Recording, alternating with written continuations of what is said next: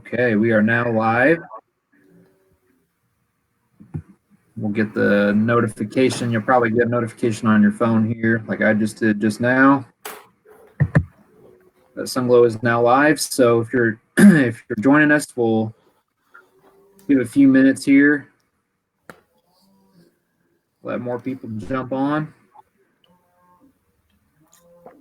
Perfect. And as you're joining, type into the comments there where you're watching from, who you're watching with, what the weather's like, whatever.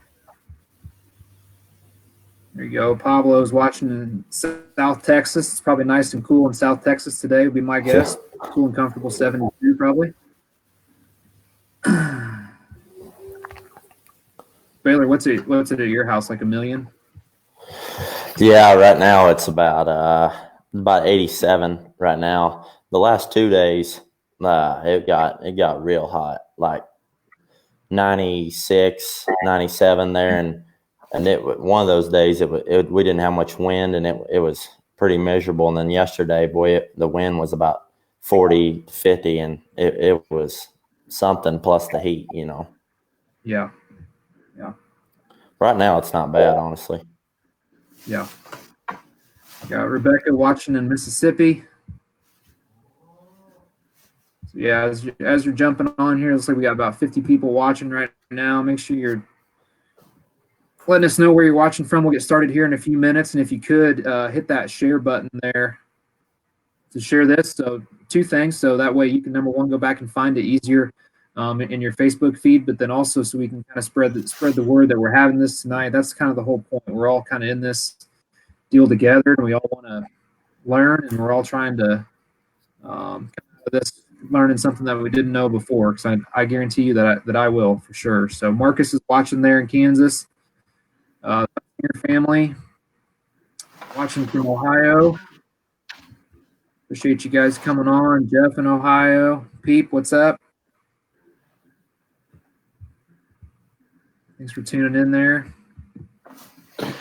I would say, too, we were talking just before we jumped on the live that we all got to, Wes, Baylor, and myself, go to a show this weekend in Stillwater, the Oklahoma Preview Show and Oklahoma Beef Expo, and feel pretty rejuvenated to get to go to a show again, and hoping everybody out there is having an opportunity to at least talk about shows again, and hopefully getting a chance to go. But it felt good to be back on a fairgrounds and working on some show cattle, didn't it, guys?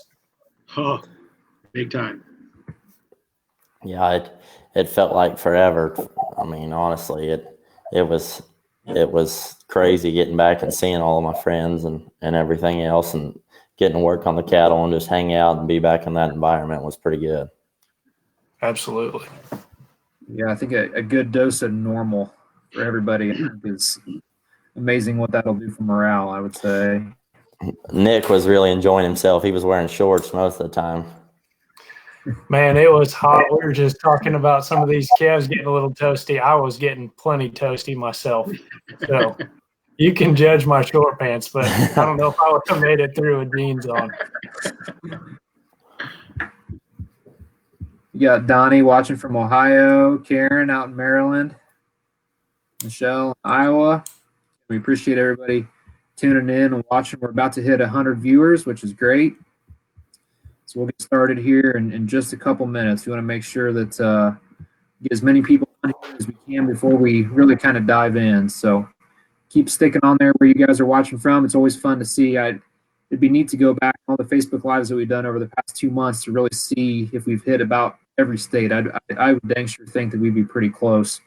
It's amazing the kind of reach that this can have. It's really neat to see everybody kind of come together and really try to learn something, because that's what we're trying to do here. So in about 2 minutes, we'll get started. Got Ricky watching in Texas. Appreciate you watching, tuning in. And I'll repeat this multiple times tonight moving forward, but this will be recorded. So don't think that you got to scramble and try to take a million notes and then not hear what the guys are having to say. We'll make sure that it gets recorded here. It'll be recorded immediately after we hit stop. on our Facebook page, and then also I'll put it on the Sunglo Feeds YouTube channel. So that's a nice spot that everybody can jump on and see everything that's libraried and cataloged, that you can go and find all those really easily. So got Tommy watching from Florida, appreciate it. Jason in Illinois. And then Allison's watching too, so we appreciate that. We'll go ahead and get started. I kind of want to just start here real quickly with kind of what the purpose of what this Facebook Live is for. So the whole overlaying point of these Facebook Lives is for us to engage with you, our customers and our friends. And so the main reason I want to call that out is if you have questions, please put them up in the comments box, because we can pull those questions up onto the screen for everybody to see. So we want to engage with you, want to educate you, and then we want to empower you. So when you walk out your show barn, either tonight or in the morning, that you can say, man, I learned something last night. And you can take the knowledge that these guys are going to give us and take it to your own show string and really try to get the best out of it, whether that's, your goal. Goals have shifted a lot this summer. And we're going to talk about that a little bit moving forward too. So with that being said, we'll go ahead and let the guys kind of introduce themselves. Wes and Baylor, since you guys are our guests, you guys go first. Go ahead, Baylor. Yeah, I'm Baylor Bonham. I grew up in Oklahoma, here in Newcastle. Showed all my life, prospect shows when I was real young, and then started when I was 9 and just grown up in this business here. And that's basically what I've done my whole life. And I think I've learned quite a bit doing it. I mean, I don't know half as much as these guys on here do, but I try to learn every day and everything else. So I hope what we're doing here tonight can be educational for everyone, and hope it goes great. Wess Richey from Northern Indiana. Kind of a interesting situation. I run some cows with my mom and dad, and then I help my brother with Richey Show Steers throughout the rest of the year, and then full-time employment with Sullivan Supply and helping with Stock Show U and educating the next generation, so to speak. Been around for quite a lot of times. Actually got the privilege of helping Baylor the year he won at OIE, fit that steer that won that year. And so been around a lot of cattle, been around with Nick and Nathan at other shows and events throughout the year. So just like ditto Baylor, I just want to try to help out wherever I can and get some questions and whatever we can to help you out and make that success a possibility. Don't give away too much, Wes. Hard to say that you've been around for a long time. So hey, it is what it is. There's no fighting it at this point, man. I didn't say how long. I just said I've been around for a while. A long time. Yeah. Just a little longer than Baylor, right? Yeah. Just a little longer than Baylor. Absolutely. Well, again, thank you for you guys coming on. If you guys don't know by now, my name's Nick Fitzsimmons and work for Sunglo Show Feeds, and excited to do these Facebook Lives. And again, trying to help just educate the public and help you guys maximize your show projects. Outside of Sunglo Show Feeds, my wife and myself own and operate Fitz Genetics here. I would call that kind of my part-time gig, but it takes up plenty of my time. And so we do the same thing on the weekends, or as much as we can when we're not doing our day jobs. We're out there helping our families and trying to get those high-quality livestock and high-quality families and help everybody learn as much as possible. So I think we all kind of have the same goal on here tonight, just helping folks learn more about the livestock industry, and specifically tonight feeding your show steers. And I think it could be awfully good. So thank you again, guys, for coming on here this evening. Welcome. Yeah, we appreciate Wes and Baylor taking the time out of their busy schedules right now to join us. My name is Nathan Day. I'm the marketing specialist for Sunglo Feeds, and I grew up showing pig, sheep, and cattle. And actually, our family bought a steer from Wes and Shane.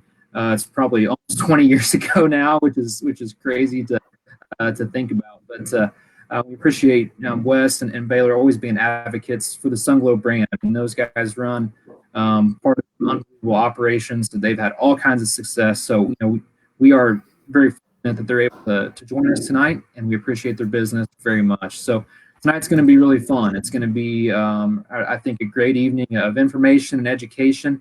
So you're able to take, like we said earlier, and really apply it to your own barn. That's what we're trying to do. So we're going to talk about steer feeding scenario over the last kind of 60 to 90 days to your target show. So we're going to use the time that we're sitting in now, which is, the early part of June, and gearing up for a show that could be happening in mid-August. But don't necessarily take this as only using it from mid-June to mid-August. These can be applied during any time of the year when you're feeding for a major in the South, or you're feeding for, a Denver, a Louisville, whatever. You can apply the same principles that we're going to discuss tonight. So we're going to talk about 3 different feeding scenarios. So we're going to talk about how to kind of manage one that's big and stout early, and then what you need to do the last 60 to 90 days to get him dialed in. But then we're going to talk about one that's maybe a little skinnier, maybe a little that needs to be pushed, maybe a little more, maybe a little bigger scale kind of a calf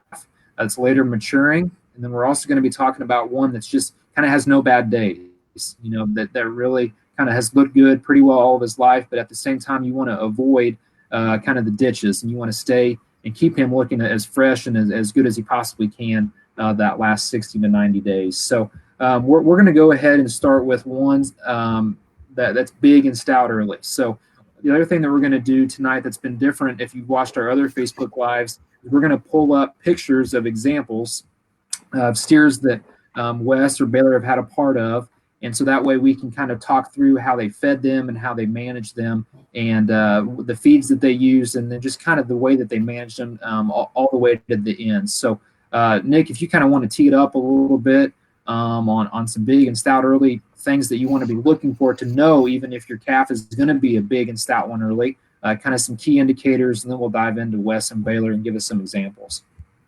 Yeah, absolutely. And I would say as we kick off tonight, everybody has their own feeding styles and has a kind that they like to feed. And so, for instance, I probably like mine just a shot greener at the start.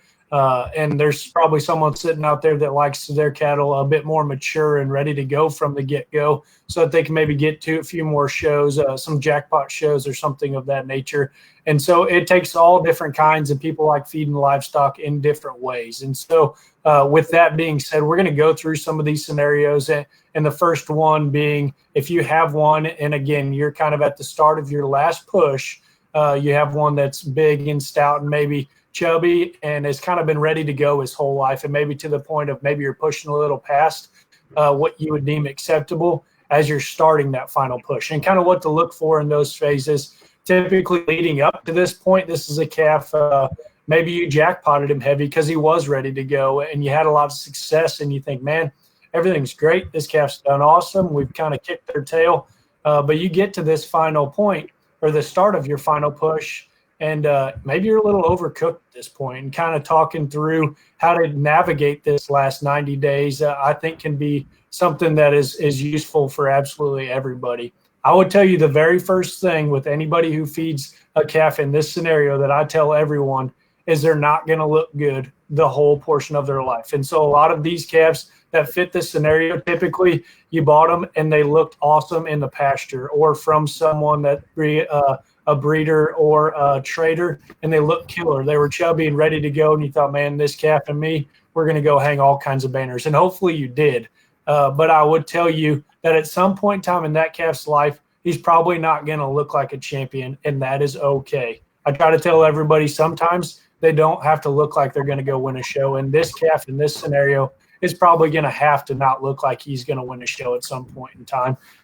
You're going to need to probably hold him up a little bit, put him on a holding ration, or maybe decrease his feed, and just to get to that final end point. And that's okay. Again, as we see these cattle that maybe can be held just a little bit longer, I think that's certainly something in this scenario that you're going to maybe have to just sit there and coast them for a little bit. And so that's my broad overview. And then I would like these guys, both Wess and Baylor, kind of to talk about their feelings on this. But that would be kind of my initial pitch to someone is he's probably looked awesome his whole life. And for a little bit, he might not look awesome, but that's okay.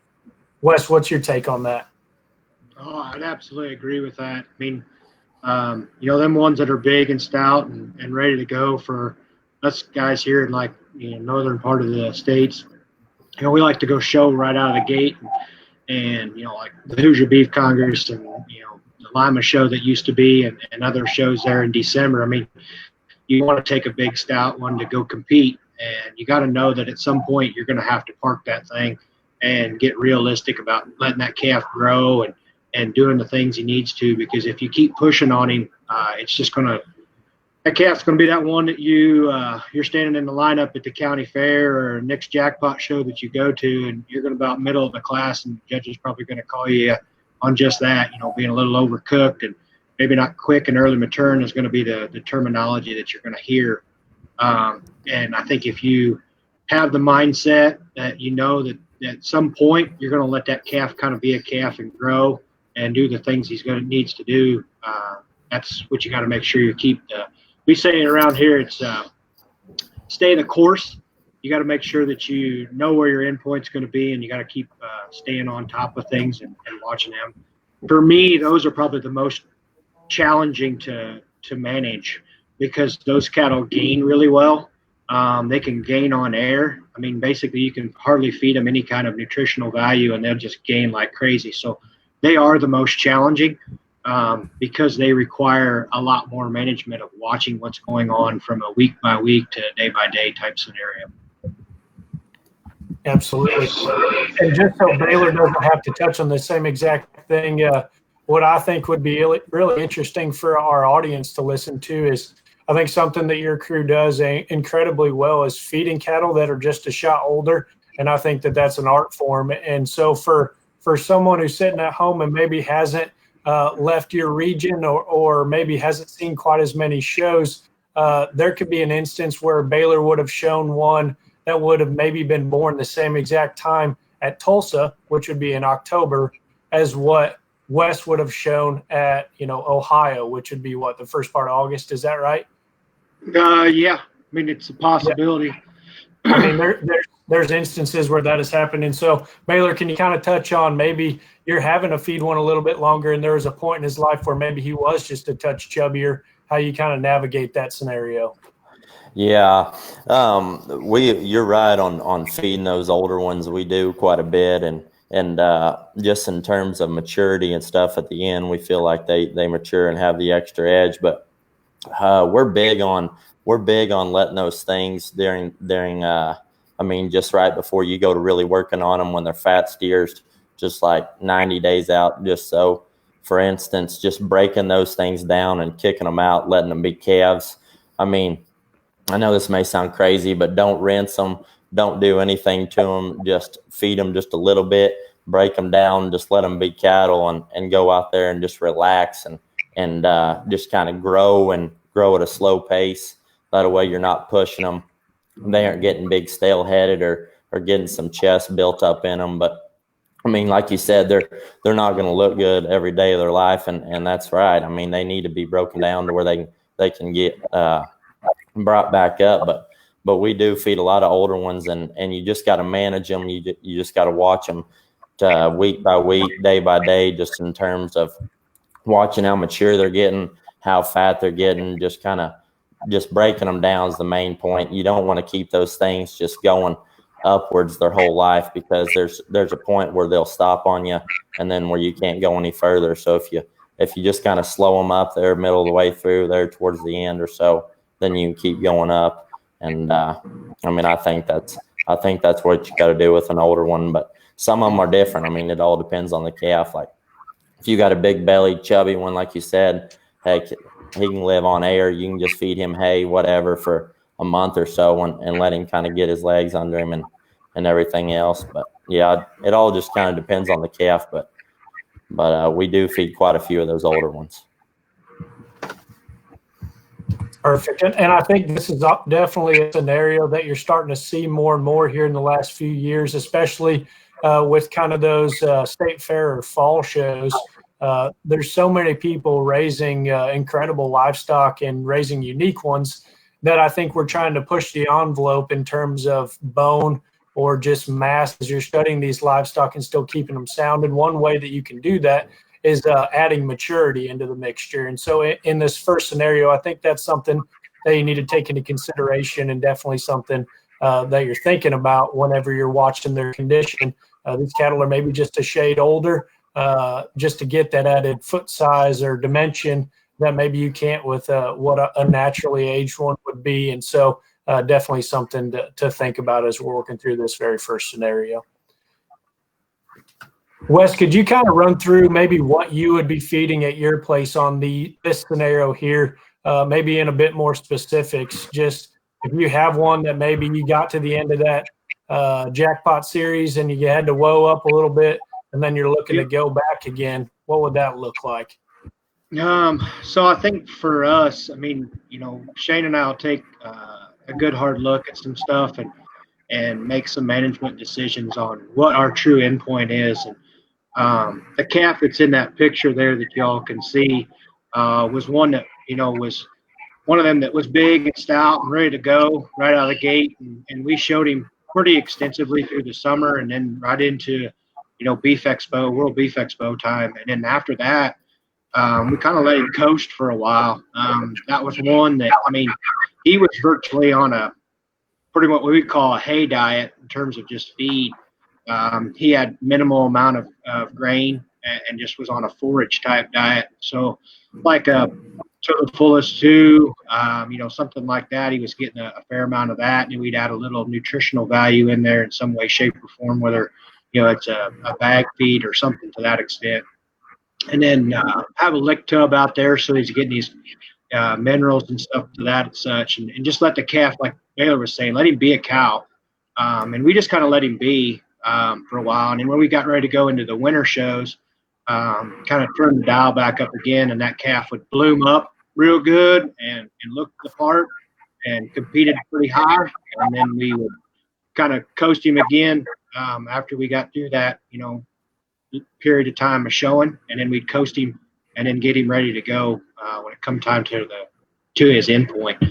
That calf was kind of a little bit of a roller coaster. We would be going up and down depending on when we wanted to show that calf, and had a lot of success with that in that regard. But those were kind of how we did it. We managed it through a forage type diet. Up here, we can get away with that because hay is readily available on a pretty regular basis.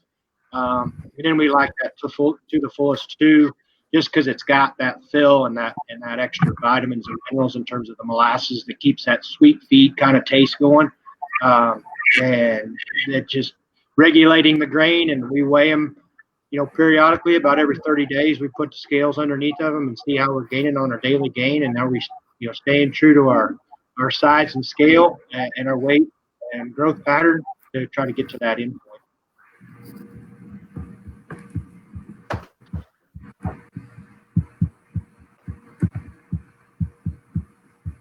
I think that's awesome. That's a good scenario to go through. And like we talked there earlier tonight, I think it's cool to bring up specific instances where these scenarios have worked and kind of put a calf in front of you that has gone through this exact scenario, like I said, from start to finish. And it obviously worked here.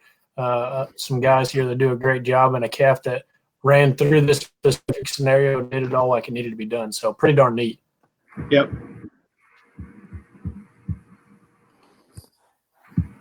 As we're on the same topic, we're going to jump to Baylor now. And I know Baylor sent in the text, he said this was one of the hardest ones they've ever had to hold. With calf that we're going to pick, that we've got up on the screen right now. So again, kind of the same deal. Baylor, kind of walk us through what you guys had to do with this one to get him slowed down, and just kind of how you did it. Yeah, we actually showed that one in Denver, and that one we got in pretty late there, and he weighed right at probably 1,200, maybe a little over.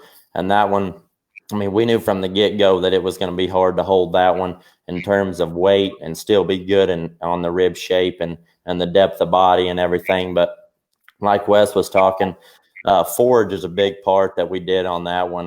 That to the fullest, we feed lots and lots of that. I can't stress that enough. That still keeps the shine in them keeps them the way you want to look at them, and still kind of holds them back to where they don't get too big on you. And hey, we actually had that calf eating.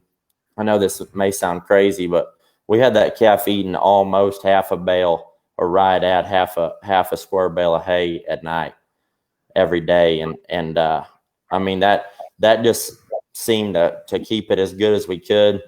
I mean, I'll be the first to admit, even at the show, we didn't have the depth of body and the rib shape that we were hoping to. But I mean, right at Denver, before we left, he weighed 10, 15, and that was plenty for our liking. But there, the last 60 days or so, fed a lot of holes to that calf, just mainly a lot of filler, just holes and to the fullest. And then we would watch him pretty closely in terms of his muscle pattern to make sure he wasn't melting pretty good, because we weren't feeding him much protein. And we'd go ahead and add a couple deals of doses of explosion in there actually, and that kind of helped bloom him back up for what we were feeding him. And then the last 15 days or so, we got to feed him pretty good going into it and kind of get that bloom back in him. But just mainly filler is what did it on that one, that to the fullest, and holes and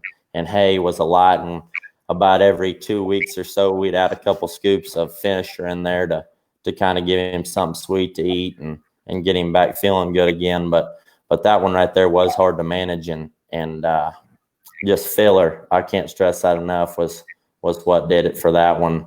And just a bunch of hay and just, that's just about it on that one. That's awesome. It sounds like, kind of in closing here on scenario one, you just need to let your calves be calves at times and just let them go be cows and eat some forages like they're probably meant to be. I know at times we can get to where we're maybe trying to do too much with these things. And if you come to a scenario where they've done plenty themselves, which is what we're seeing here in scenario number one, you just need to let them go be cows and eat on a little forage and kind of do what they need to do for a little bit. And that's maybe just hang out. So I think a great discussion here in this first scenario. I'm not sure if we have any questions that have come up on this first scenario, but I think that was awesome.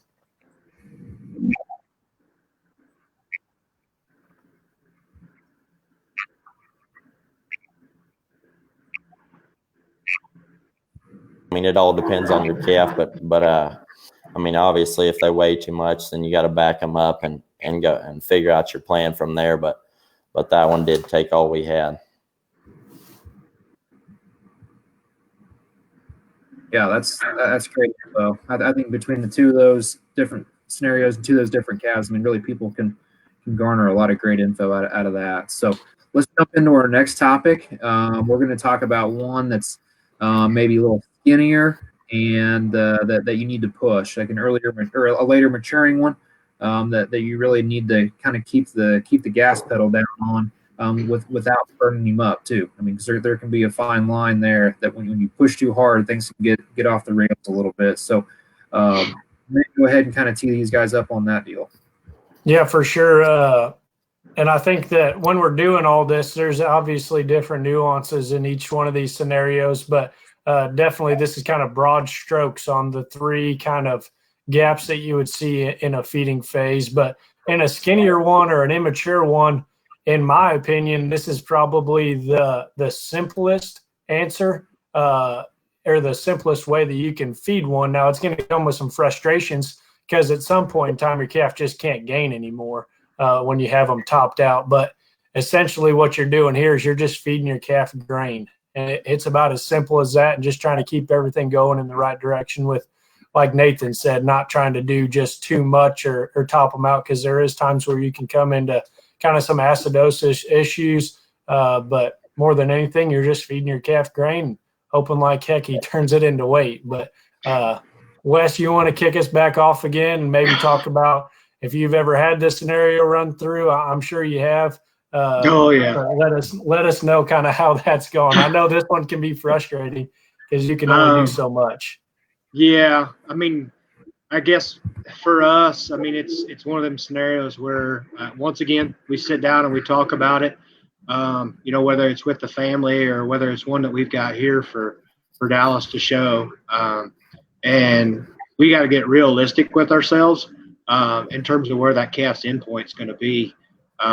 This is one of those ones where too much protein, you're going to get in a situation where that calf's not going to lay on the fat quite as well. So you got to watch your energy diet.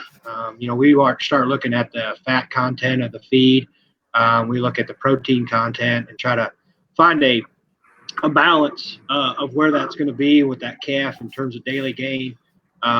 This is also a calf that if you need to push him, you got to be realistic with yourself in the essence of how many shows can I go to if I want to reach my endpoint.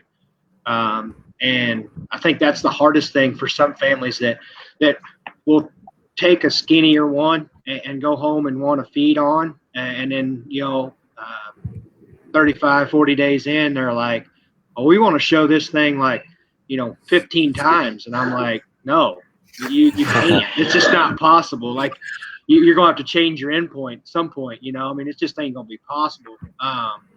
And I get it. Kids want to show and they want to go all the time. And that's good. It's a positive thing. But we have to be realistic of where we want that calf's endpoint to be and how do we get there.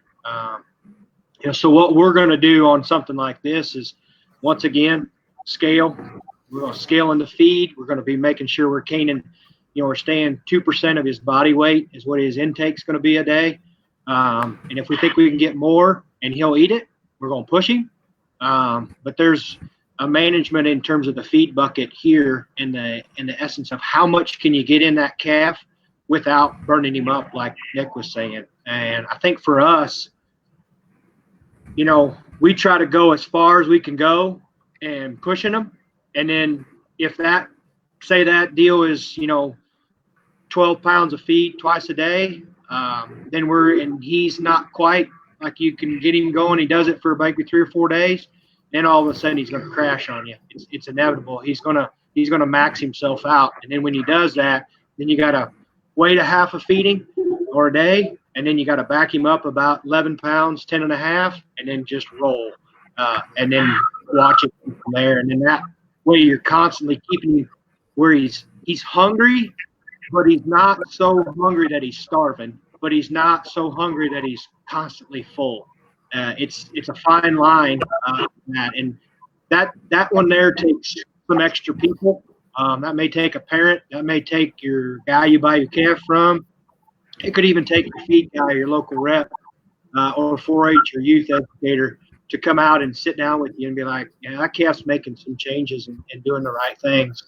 I know for one like this, we're going to be checking our fat cover, making sure it's working its way back towards that 12th rib. When we're getting into that last 60 to 90 days, we want to be soft and mellow at the cut, especially in the upper part of his rib cage, and make sure it's working back. I mean, this is a prime example for us. If we're in that scenario, we're checking those things to see, are we getting the gain we want? Are we going where we need to be? And then more importantly, if we continuously stay at a, specific 2-pound gain, we're going to say, okay, we've got 45 days left. This is how many more pounds we could expect to see. Is that going to be ideal for that county fair or that state fair or whatever show that may be? We're going to be managing that. And that's one of them things where, families pick up the phone and they call us, or, Shane and I'll get in the truck and we'll go see those families that are close to us.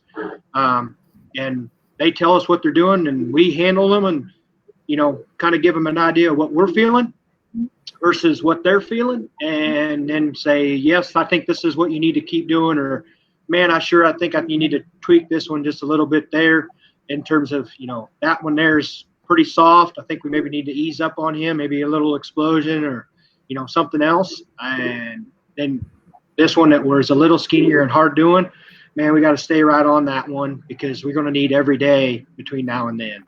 And those are, as much as the first one was challenging one direction, this is obviously extremely challenging the other direction. So this is like the 180 degrees the other direction when it comes to this calf.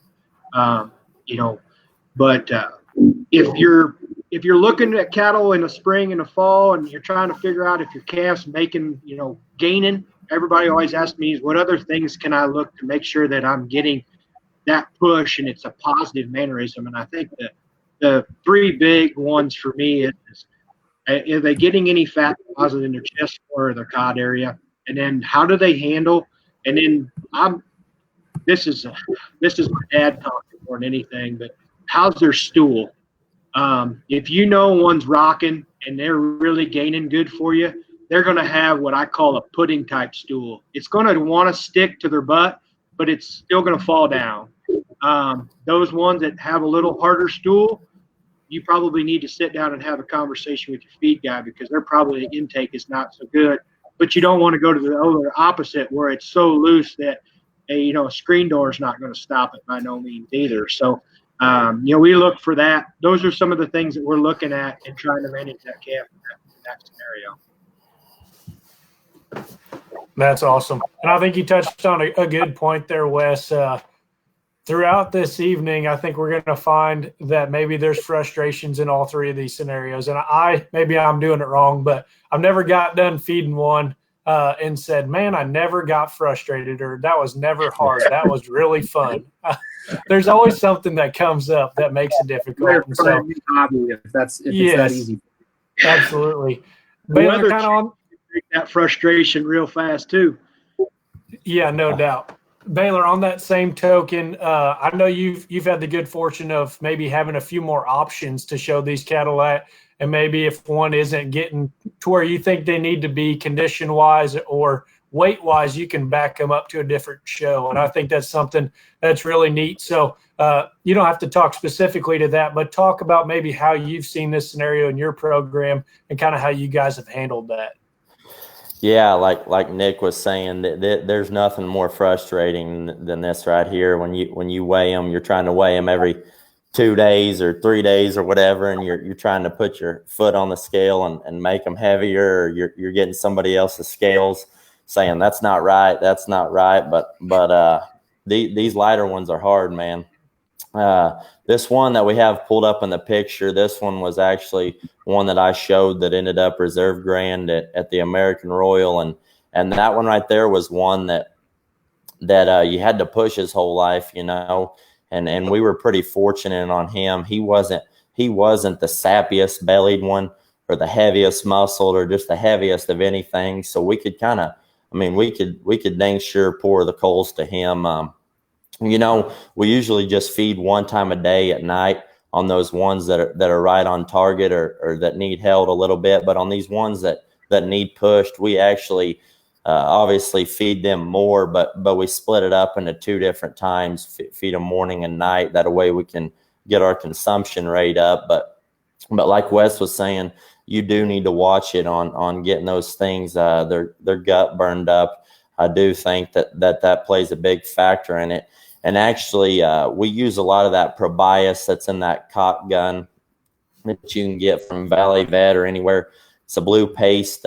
We give it to them about once every 2 weeks. Those ones that we are pushing just to kind of keep their gut healthy and stuff like that. But like Nick was saying, just for instance, if you have one that you're feeding for Tulsa, just down in our part of the world, obviously there's Kansas City and Louisville right after that.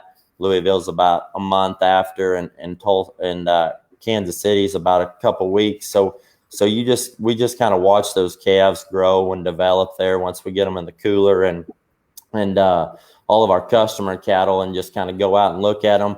And then there's those 3 options of shows that you can go to, and if one's not gaining the way he's supposed to, or if it got real hot for a couple weeks and it set him back real bad, then you just kind of switch gears. But we do check those calves' fat cover a lot. You got to have. It don't matter how good they look if when you get your hands on them, if they don't feel right and they're real open there across their ribs. But we do believe in feeding some glue coat. Actually, that stuff is really high in sugar. We just top dress it there on top of their feed, and if they won't eat it, then you can drench them. But that's really high in sugar, and Just like if you give a little kid candy, what's he going to do?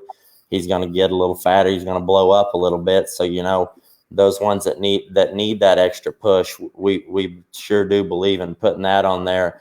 And then the biggest priority that kind of goes into it for us is that explosion. You know, I talked about on that last one on holding him. We give him just a little bit of explosion too there, just to keeping him fresh. But there's nothing better than that explosion at making them gain. You know, we see a lot of success in that.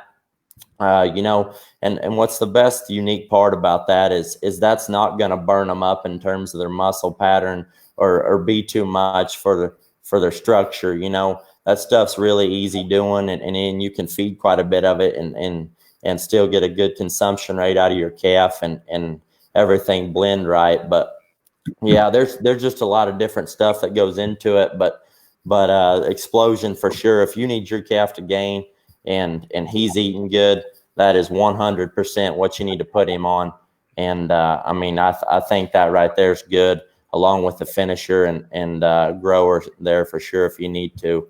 But I mean, that's about all I got on that. So yeah, I would ditto that explosion stuff with Baylor. I mean, that thing's, we've had some this year that just kind of all of a sudden early in their life cycle kind of got slow and stagnant, and we kind of introduced that into their feed, and man, they sure took off again and did the right things for quite a while. So and even on those heavier muscled ones that are a little chubbier, I mean, not way heavy muscled, but you can still feed that and it'll still work in the right direction. I mean, obviously you have to watch it a little more than one that's a little skinnier and a little frailer, but you can feed that stuff to about any of them we figure out.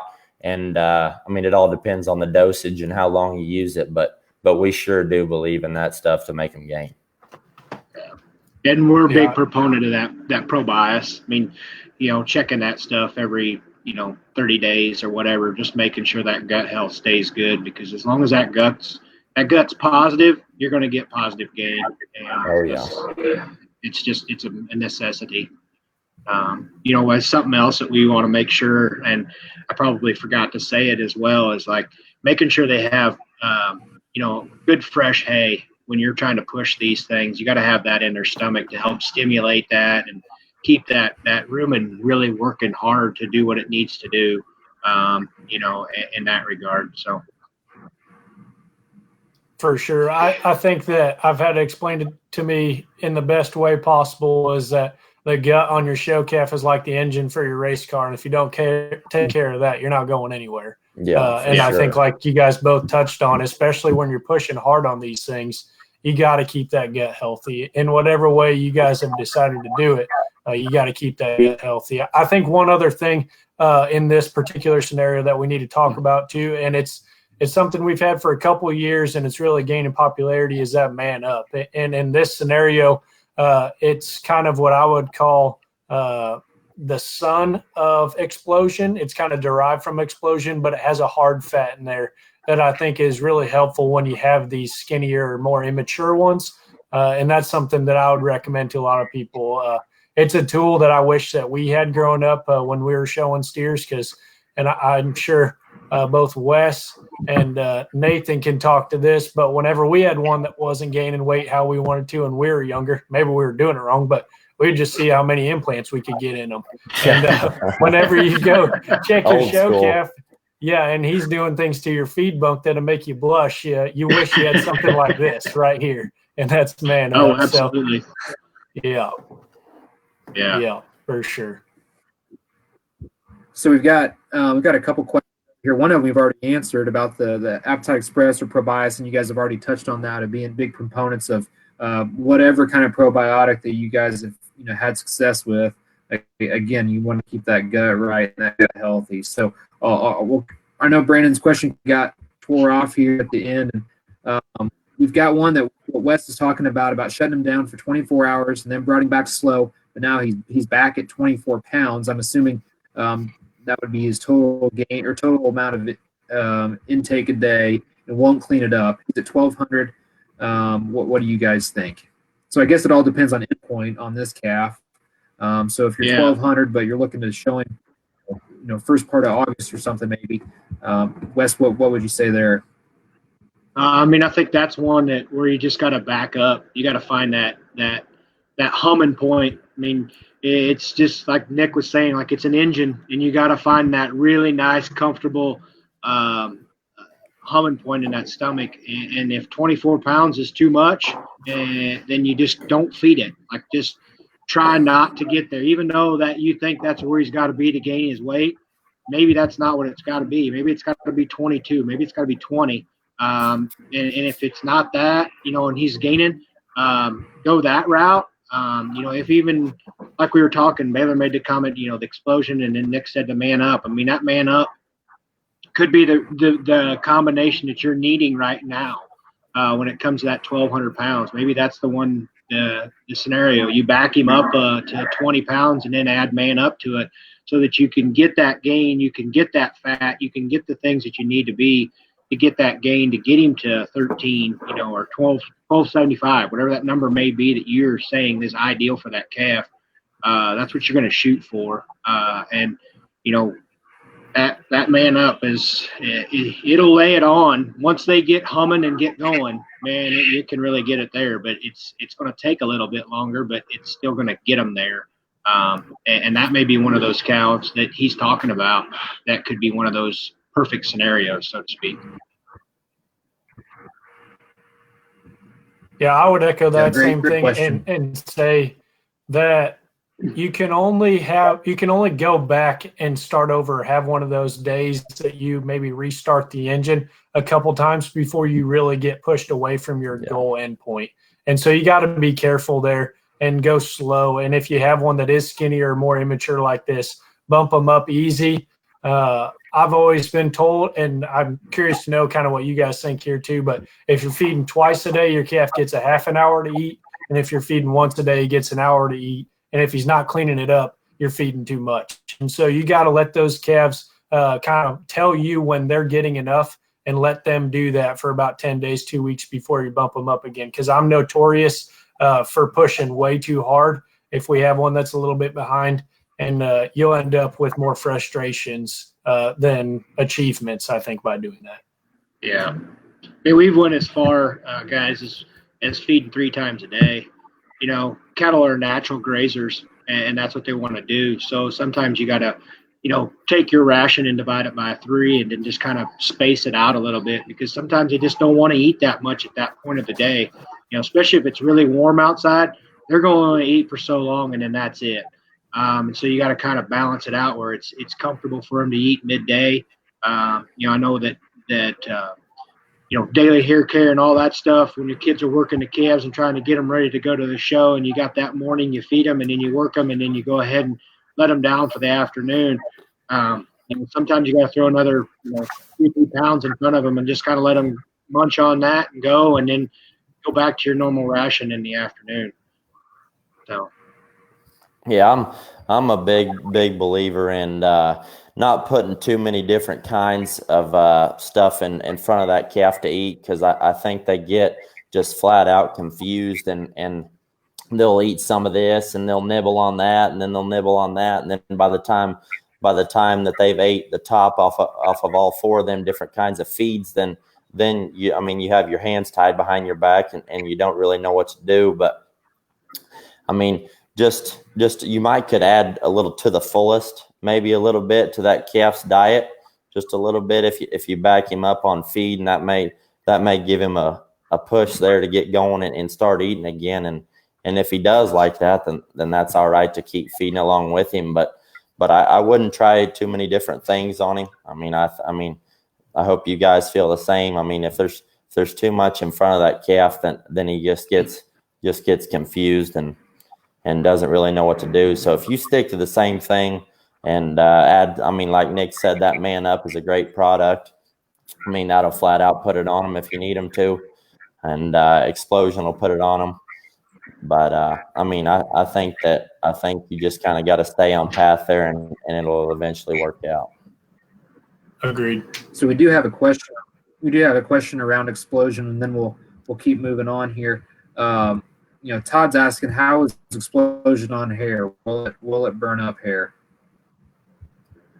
We've actually never had a problem with that. I mean, at all. I mean, not saying we've had the hairiest ones in the world, but explosion did not play a factor into that by no means. We've fed, I can't tell you how many buckets of that stuff, and are a firm believer in it. And we have never once had a problem with hair on that. So, and that's kind of where we stand there.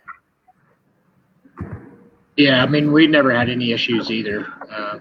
In terms of that, if a calf's going to let loose a hair, it's going to come from too much protein, or it's going to come from too much heat, and that's just where it's going to. The internal body temperature is going to get ramped up so high that you can't keep it stable. In that regard. So.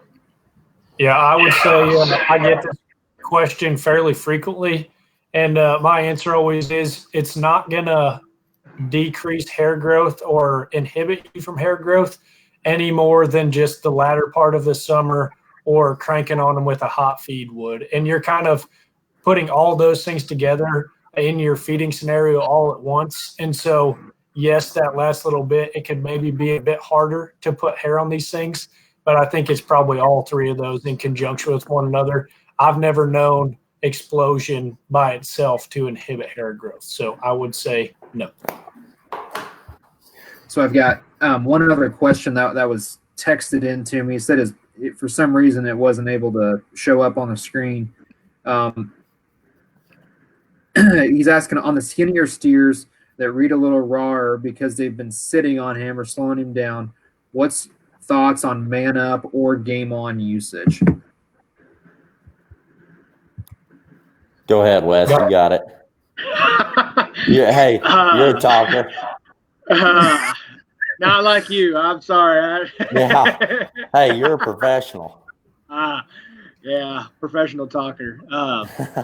I think when you got one that's just hard built, they're just cattle that got a lot of muscle in them, and so I can't say it enough. It's one of them things where protein content. If you're trying to feed something that's got high in protein, and in that regard, you got to back up. 12% protein is going to be enough. That's going to be plenty.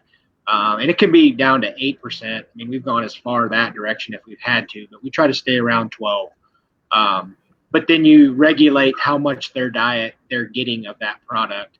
And then you look at the fat content, and then you got to say, okay, how much natural hard fat like Man Up has got in it? Can we get that in him? And, will he eat it and consume it and things like that? So, those hard muscled ones and them real tight hided ones, they are some of the most challenging because of that tight muscle. Tight hide, excuse me. They don't want to lay fat on as easy. They're going to require the most effort to try to get to that point. And so for that, I mean, those are the challenging ones. They simply are. I completely agree with that 100%. Those ones that are heavier muscled and tighter hided, they simply just don't want to lay it on. And I think that's where the Man Up comes into a good deal there, when you just drench them with it. And I think that, I mean, you're not going to see just that walk out there one day and they just feel perfect, right amount of fat cover. But I think over time that stuff will build it on and will really help in terms of their finish and keep them going. And I mean, I think that's where that stuff comes into play pretty good.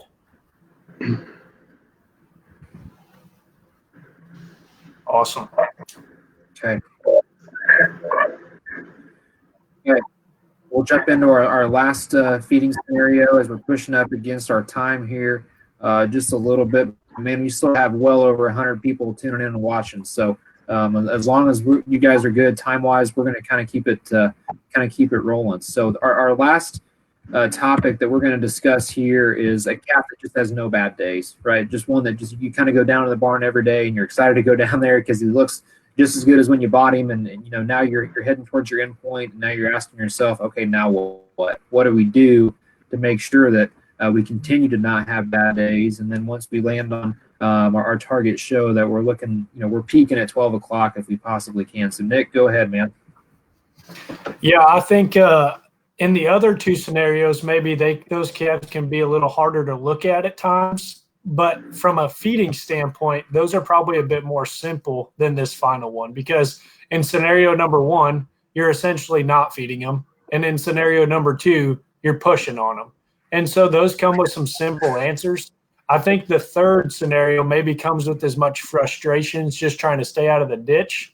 And you're trying to keep them looking good their latter part of their feeding phase. But it's about as tough as anything, because when you're trying to push on them, you don't want to push them too hard. And then at the same time, you're trying to maintain what you already have. And so you don't want to back up too far. And so curious to know your guys' take on this. I know around our place, these are the ones that I think leave you scratching your head the hardest, just because you don't really want to change anything, but you're trying to constantly move in the right direction of a positive return. And so how much can you do without really changing the entire outlook of your show calf? Wes, you want to tee us off again? Oh, sure. I mean, I've said it before, that scale, making sure you're gaining good, those are all important. But I think this calf here is one that, as you're approaching that last 60 to 90 days and not trying to get in the ditch and just stay in between the white lines, so to speak, that's a calf that we are going to, if there's a supplement, whether it's Explosion or something like that, to give that just a little extra muscle shape or give that extra pop, or they need to make sure they have that extra fill as they're going along. These are the cattle that, that 30 days before the show, they're in and out of the cooler every day. Life's good. Everything's going good. Those are the ones that we're going to be like, okay, let's start practicing of what that calf's going to look like come show day. What are we going to have to do feed-wise, fill-wise, everything like that, so that when we get to the show that we have a real good base of what we need to do and to maximize that 12 o'clock hour. And so those are things like that we're going to look at. There are also going to be ones where, we're utilizing the things that we've already talked about. Forage diet, we're going to make sure that they got plenty of forage, whether it's to the fullest two, good hay. We're going to watch what their feed intake is. We're making sure they got their gains still good. We're managing those things.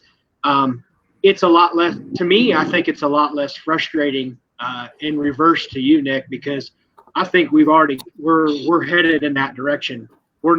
Time's not against us with the previous situation where we need every single day of every hour for maximum consumption, for maximum gain. And in the other one, we're trying to literally, whoa Seabiscuit from going too fast, so to speak, because if I don't want him to be, 15 furlongs ahead of everybody else, I want him to be right there with everybody. And this calf is one where, it's frustrating because you don't want to screw up, but you haven't done anything to this point to screw up. So just stay the course, just keep doing what you're doing. And do not try to deviate from anything away from that.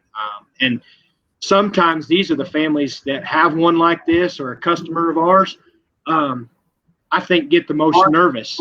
And they're always calling, going, what are we doing wrong? What are we doing wrong? And the calf that I got up on the screen is one that a family in Ohio showed. And, I mean, they did an absolute fabulous job of making sure that calf looked 100% rolling into State Fair. I mean, this was Ohio State Fair 2 years ago.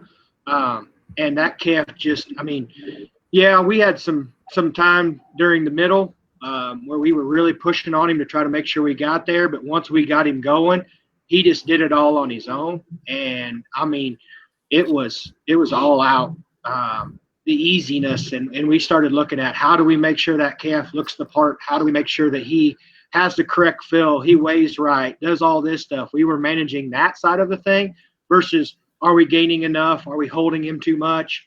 Are we holding him enough? All those scenarios started to stack up, and this calf was just super easy in our eyes to just go. just go to the fair, do the things we did exactly at home. And when you show up, we're going to lay the cards all out there, and we're either going to win or we're going to lose. And know that at the end of the day, we did everything we could to make sure that calf looked perfect and go from there. So to me, this is an easier situation because it's more of just managing the family than it is managing the calf to make sure that everything stays in true and they don't overthink it, so to speak. Yeah, these ones are the kind that everyone strives to have. I mean, obviously they can be frustrating at times, but these are fun because, I mean, if they're right on track, obviously I think a big part of it is consistency, not going off, just being consistent in your feed type, consistent in what you give them every day, time. I think you got to feed those calves at the same time every day so they can it's just kind of like clockwork. They know to go to the bunk and eat. I think if you don't change a bunch of stuff up, they should stay consistent for the most part and keep gaining there. And obviously just watch their weight and how many pounds you're giving them a day and stuff like that. But these are the fun ones that about 30 days out or so you can kind of start to fine tune on in terms of muscle and finish and like Wes said, getting them ready for the show and kind of know what they're going to look like before you get there.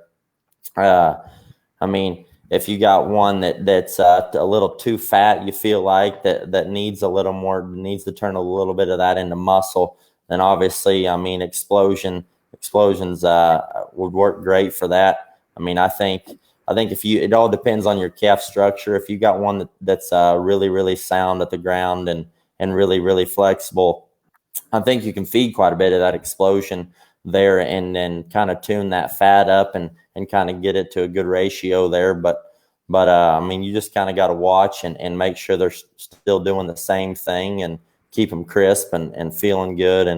And I mean, everything should go good from there. But I agree with Wes 100% on getting them ready before you go there to the show there and kind of know what you got. That way you have your guns loaded before you get there and ready to roll when it's time. For sure.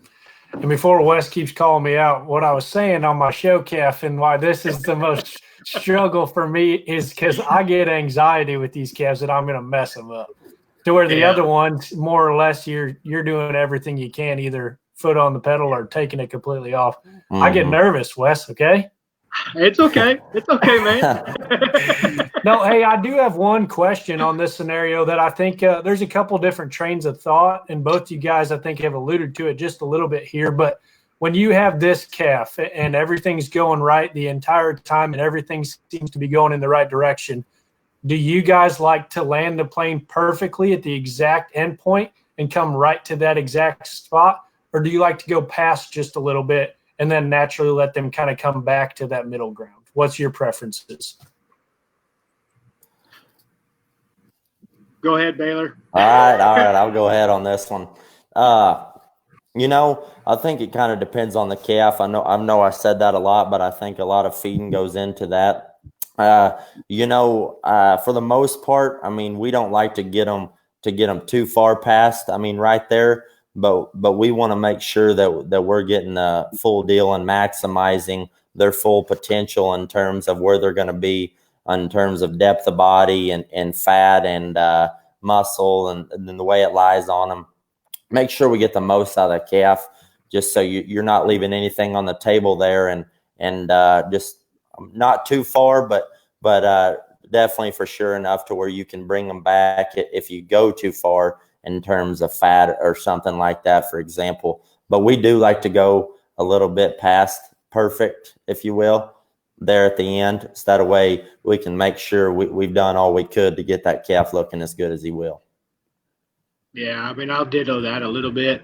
You know, we're going to try to do the same thing. We're going to try to get right up there and push the top of the ceiling and make sure that we have fulfilled that animal's potential as much as humanly possible. You know, another thing that we're looking at is, you know, making sure we got that weight right where we want it to be so that he can be competitive in terms of when he's out there in that show. And, you know, if we need to be, you know, 10, 15 pounds over where we need to be. That way, when we kind of can back him up and we know he's still going to be big and full and he can, eat some to the fullest or something like that, or a little bit of grain and that extra water to make sure we've got our fill right. We're going to manage that side of it because, not every state fair, not every county fair is this way, but I mean, some of these ones are gone to that 5% way back. And that is by and far and away one of the most crucial. And, this calf's one that you want to make sure just is right there where he needs to be. Scenario 2, that calf, at that 5% way back deal, that's going to be a little different story. You're just trying to get everything you can out of him. So that's not even really on the radar. Where scenario 1, it's quite a bit more on the radar. You're trying to make sure that calf's full. He's got all the things he needs to do to be, ideal. But for this scenario, I mean, we're going to try to do that. We're going to go just a little bit past and make sure we've fulfilled everything in that calf's potential, and then kind of just back just a little bit, and then we're good. That's why I knew you guys would be the perfect guest, because you did exactly what I wanted you to. I think you nailed it on the head. You're kind of pushing just a little bit past to see how good of a calf you had and really kind of unmask how much potential he has. And then finally, I hear it all the time, and I know you guys do too, he was perfect when we left the house, but we got here and we feel like we lost just about 5% or 10% of what we had before we left the house. And I think if you maybe go just a little bit further past, and then like Wes said, just squeak it on back, you'll have a little bit to play with. So that way you're not going to maybe look like you did, 2 or 3 weeks ago, just not quite ready if you push the limits there just a little bit. So awesome job, guys. Them cattle change a lot when they come out of the cooler for up in here in these state fairs, and you got to be prepared for some of that stuff. Oh, yeah. Especially this time of the year. Oh, yeah.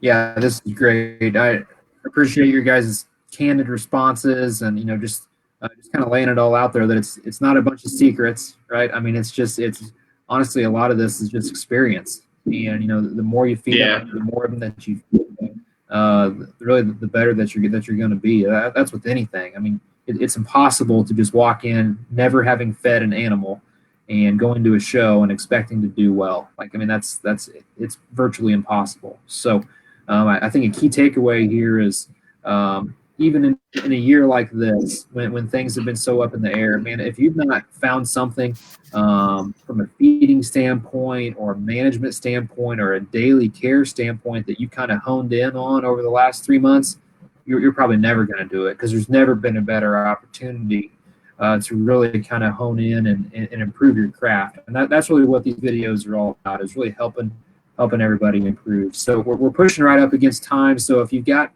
have a couple more questions that one of the questions I want to pop up on the screen here, since Wes is so experienced in the steering, I'm sure that he's had. I knew you were going to give me that one. I just knew I did too.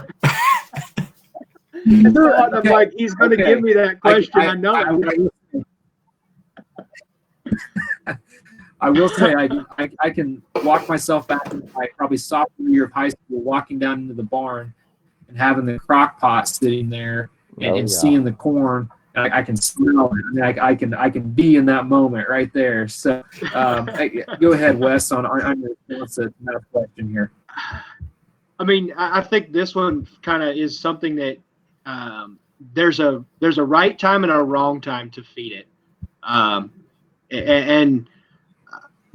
When you're looking at cooked corn, does it happen still? I mean, I'm sure in some places it has, but in the grand scheme of things, genetics of these livestock have changed so much. And I mean, even in the last 5 to 10 years, I mean, the genetics and what we're breeding nowadays and what these things look like versus what they did 5, 6. I mean, I'm not going to call Baylor out, but I'm sure from the first calf to the last calf, they're not even close to the same kind of livestock that he started out with what he finished with. And so feeding does change with genetics and stuff like that. But with that cooked corn, I mean, if that is what is going to be something that I'm going to use, call it an old school trick, call it what you want.